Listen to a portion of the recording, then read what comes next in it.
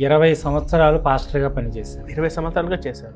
అంతకుముందు 12-13 సంవత్సరాలు సువార్థికునిగా పనిచేశాను. ఓకే. అంటే కొన్ని కరపత్రాలు తీసుకోవడం, మనకు తెలుసున్న ప్రాంతాలకు వెళ్ళడం, యేసు ప్రభువుని నమ్ముకోండి అని చెప్పడం అలా జరిగింది. ఓకే.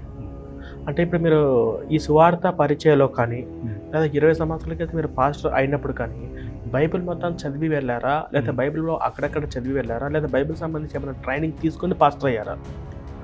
ఈ యొక్క క్రైస్తవ్యంలోనికి నేను రావడానికి నా భార్య కారణం అండి. ఓకే. నా భార్య ఫస్ట్ యేసు ప్రభువుని రక్షకునిగా నమ్ముకుంది. ఆమెను బట్టి నేను ఈ మార్గంలోనికి వెళ్ళాను, క్రైస్తవ మార్గంలోనికి వెళ్ళాను. ఓకే. బైబిల్ చదివి వెళ్ళలేదు, వెళ్ళాకే బైబిల్ చదివాను.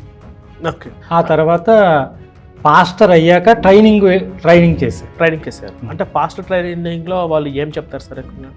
పాస్టర్ ట్రైనింగ్లో ఏం చెప్తారంటే బైబిల్ ఒక హిస్టరీ చెప్తారు, అంటే చరిత్ర చెప్తారు. ఓకే. ఆ చరిత్రలో ఆ కాలంలో ఏ రాజు కాలంలో ఏం జరిగింది, దేవుడు వాళ్ళతో బైబిల్ దేవుడు ఎలా మాట్లాడారు, వాళ్ళు ఏం చేశారు అనేటటువంటి విషయాలన్నీ చెప్తారు. చెప్పిన తర్వాత మేము ఎలాగైతే బాప్తిస్మం తీసుకుని రక్షణ పొందుకొని అనేక మందికి సువార్త ఎలాగైతే ప్రకటిస్తూ ఉన్నామో,